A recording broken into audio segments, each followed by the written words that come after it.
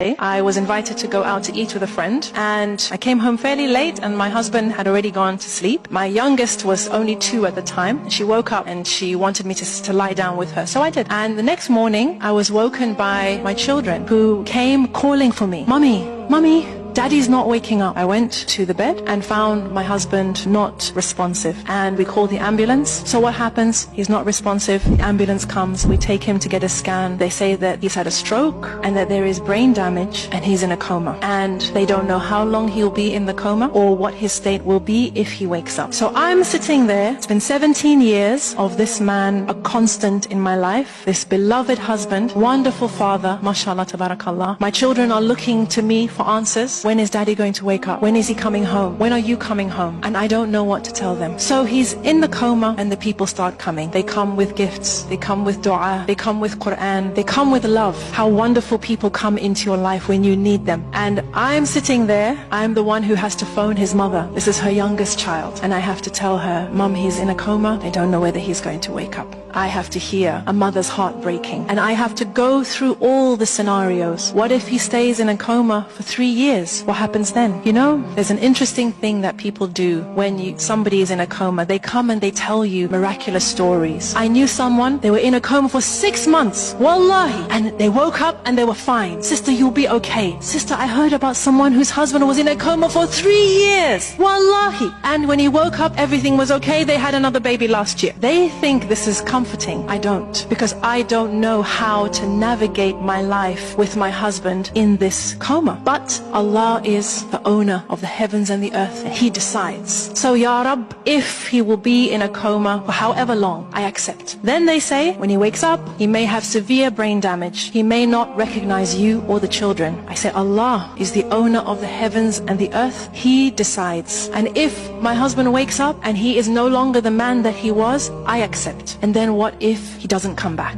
Subhanallah, I went through every scenario, which is what you do. You go through every scenario, what could possibly happen, and Allah gives me the chance to accept each scenario. Say, Ya Rab, this is in your hands. Whatever you decide, I accept. So one day, a sister comes with a story for me. And this was a story that did give me comfort. She said, you know, there was a husband and a wife. They had a daughter. And this daughter, from when she was born, she was very ill. And the doctor said she wouldn't survive past 1 year, 2 years, 3 years, 4 years. But the daughter survived. Until one day she got too sick and they took her into hospital. And the hospital staff said, you have to leave her here. So they come back the next day and the doctors say, it's not looking good. She needs this, she needs that. And the man says to his wife, not yet.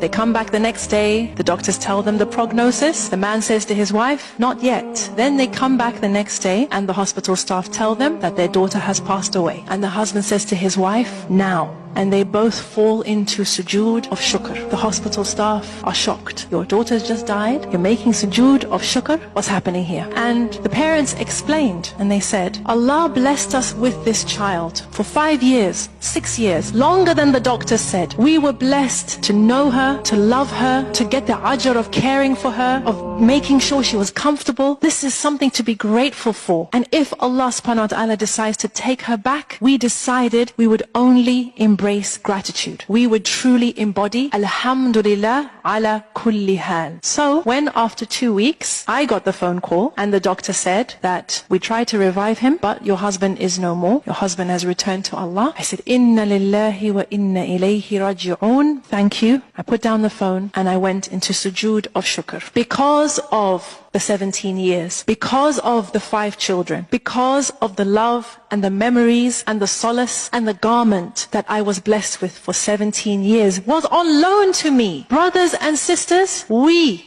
as human beings are ungrateful. If you go to the bottom of almost all our issues, you'll find ingratitude, taking things for granted, thinking we deserve more. Why should I not have what so-and-so has, what I used to have, what I have always dreamt of having? We take for granted the people in our lives, and that includes our spouses. And to be honest, my hunch is that we take for granted our spouse more than everybody else. Why do I tell this story? Because I want those of you who are married, those of you who inshallah will be married, I want you to wake up to the ni'mah that is right there beside you. The fact that another person has agreed to share their life with you to build a life with you, to tolerate your nonsense, to make excuses for you, to love you in spite of your craziness, this is something to say alhamdulillah for.